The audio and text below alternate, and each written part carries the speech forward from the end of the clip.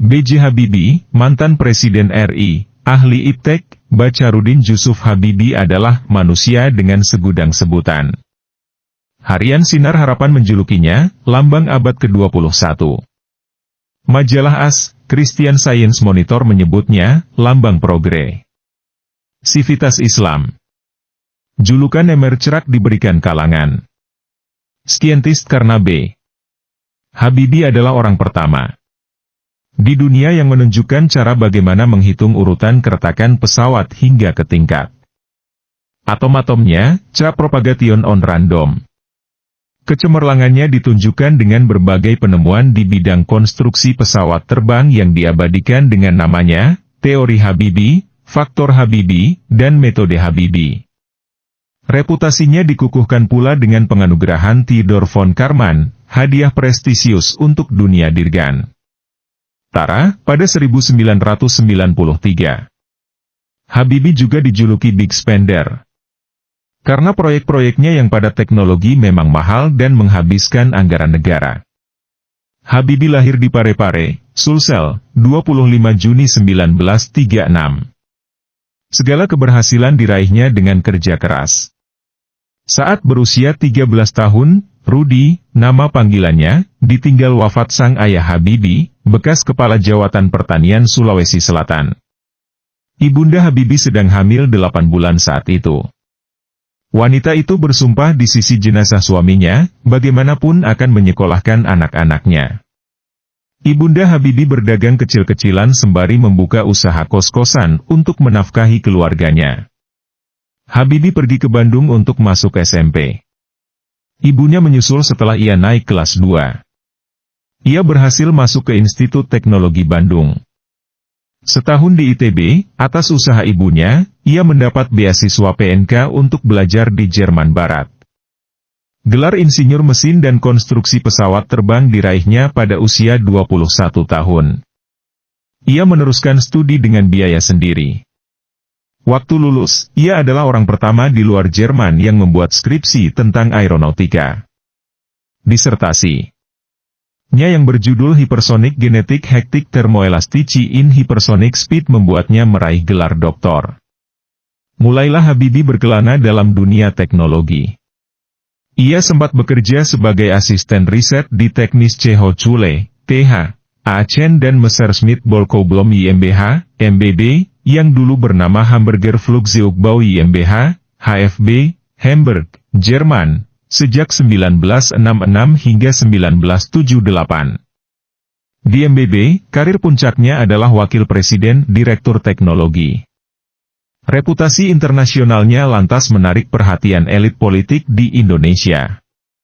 Presiden Soeharto memanggilnya pulang pada tahun 1974.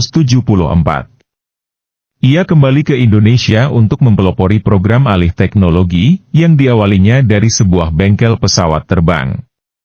Bengkel itu diberi nama Lembaga Industri Penerangan Nurtanio, Litnur, semula hanya sebuah hanggar usang dengan pesawat penyebar serbuk buatan Polandia serta beberapa karyawan yang bersemangat. Di bengkel itulah, sebelumnya Komodor Nurtanio bersama sekelompok mekanik mengadakan percobaan membuat pesawat terbang Kate, dinamai Sikumbang, Gelatik, Kuang, Kopik, DLL. Dengan peralatan seadanya. Habibie tidak sekadar mengubah Litnur menjadi pabrik pesawat terbang modern bernama Industri Pesawat Terbang Nusantara, IPTN. Ia juga mengubah pendekatan alih teknologi dalam industri aeronautika Indonesia. Kalau ilmuwan negara berkembang pada umumnya harus mempelajari teknologi tingkat dasar dalam pembuatan pesawat terbang, Habibie langsung melakukan alih teknologi mutakhir. Faktor SDM sudah dipersiapkan sejak jauh hari. Februari 1969 di Jakarta, ia bersama Sutadi Suparlan, direktur pada Direktorat Jenderal Industri Penerbangan membahas pemberangkatan sarjana Indonesia ke Jerman untuk belajar membuat pesawat. 10 bulan kemudian, 30 sarjana Indonesia menimba ilmu di MBB. Ketika ia mulai membangun IPTN, sebagian sarjana itulah yang membantunya. Habibie dan IPTN telah mengubah DRA Indonesia dalam hal teknologi dirgantara. Indonesia menjadi salah satu dari 7 negara pembuat pesawat terbang di dunia. IPTN berhasil menjual 173 pesawat CN-235 dan sekitar 125 pesawat N-250. Selain IPTN, Habibie juga dipercaya mengelola proyek Otorita Batam. Secara teknis proyeknya berhasil, namun tidak mendatangkan keuntungan finansial. Itulah sebabnya ia banyak dikritik. Selain mendapat dana APBN, pengembangan IPTN mendapat fasilitas pendanaan dari sumber non-budgeter seperti dana reboisasi. Ketika kritik semakin keras, Habibie harus mencari alternatif lain. Ketika akan menjalankan proyek pembuatan jet berpenumpang 100 orang yang diberi nama N2130, tahun 1997, ia berusaha mencari dana pengembangan sebesar 2 miliar AS dolar dengan menjual saham. Krisis ekonomi 1998 membuat pemerintah, atas desakan IMF, memangkas pendanaan bagi proyek-proyek mercusuar. IPTN pun terjerembab dan terancam bangkrut. Selain berkiprah di bidang teknologi, Habibie juga tercatat bermanuver di dunia politik. Jejak suami Hasri Ainun di dunia politik itu dimulai saat ia terpilih mengetuai Ikatan Cendekiawan Muslim Indonesia, ICMI, yang dibentuk tahun 1990. Banyak pengurus ICMI yang menjadi menteri atau pejabat. Beberapa pihak mencurigai ICMI berfungsi sebagai kereta politik Habibie, sekaligus alat Soeharto untuk meredam gejolak umat Islam.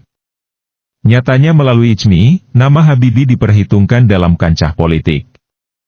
Ia ditunjuk Soeharto sebagai koordinator harian Dewan Pembina Golkar. Sidang Umum MPR Maret 1998 memilihnya sebagai wakil presiden menggantikan Jenderal Tri Sutrisno. Naiknya bintang politik Habibie terjadi pada momentum yang tepat. Hanya 2 bulan menjabat wakil presiden, krisis ekonomi dan kerusuhan massal memaksa Soeharto meletakkan jabatan, dan menunjuk Habibie menggantikan posisinya. Habibie pun tampil menjadi presiden ketiga RI pada periode yang paling rawan secara ekonomi maupun politik. Era kepemimpinan Habibie ditandai beberapa perkembangan positif dari sudut pandang demokrasi, misalnya pemberian kebebasan mendirikan partai politik, kebebasan pers, bahkan memberi kebebasan rakyat Timor Timur memilih untuk merdeka atau tetap bergabung dengan RI. Sesuai hasil referendum, tim-tim pun memilih merdeka. Habibie hanya menjabat sebagai presiden selama setahun 6 bulan. Bulan Oktober 1999, pertanggungjawaban Habibie sebagai presiden ditolak MPR. Ia pun mundur dari dunia politik, dan mendirikan Habibie Center, sebuah lembaga swadaya masyarakat.